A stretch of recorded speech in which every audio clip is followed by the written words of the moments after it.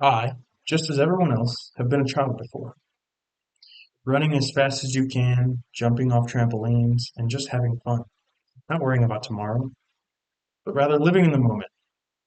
For this reason, I've settled on a piece that highlights childhood effectively, while also incorporating other aspects of life.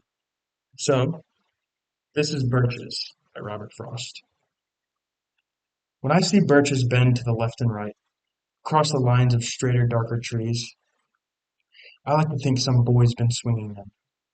But swinging doesn't bend them down to stay as ice storms do. Often, you must have seen them loaded with ice a sunny winter morning after a rain. They click upon themselves as the breeze rises and turned many-colored, as the stir cracks and crazes their enamel. Soon the sun's warmth makes them shed crystal shells, shattering and avalanching across the snow's crust. Such heaps of broken glass to sweep away, you'd think the inner dome of heaven had fallen. They are dragged to the withered bracken by the load, and they seem not to break, though once they are bowed so low for long they never right themselves.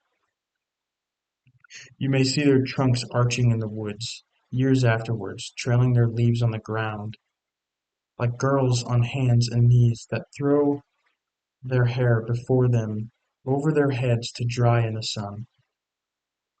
I was going to say, when Truth broke in, with all her matter of fact about the ice storm, I should prefer to have some boy bend them, as he went out in to fetch the cows. Some boy too far from town to learn baseball, whose only play was what he found himself. Summer or winter he could play, all by himself. One by one he subdued his father's trees, by writing them down over and over again until he took the stiffness out of them, and not one but hung limp, not one was left for him to conquer.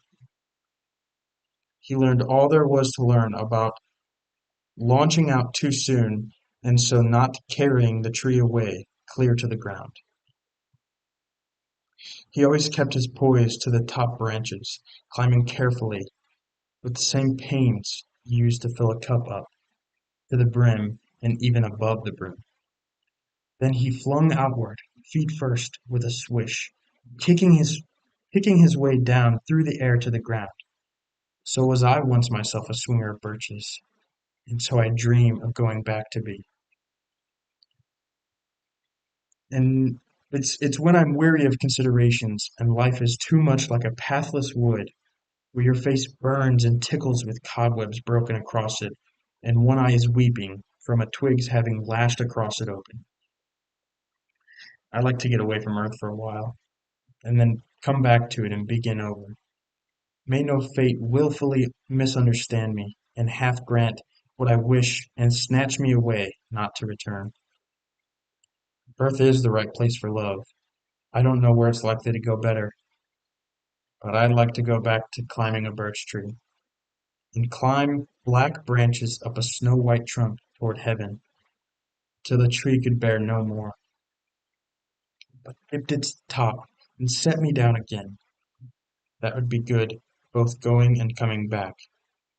One could do worse than be a swinger of birches. Thank you.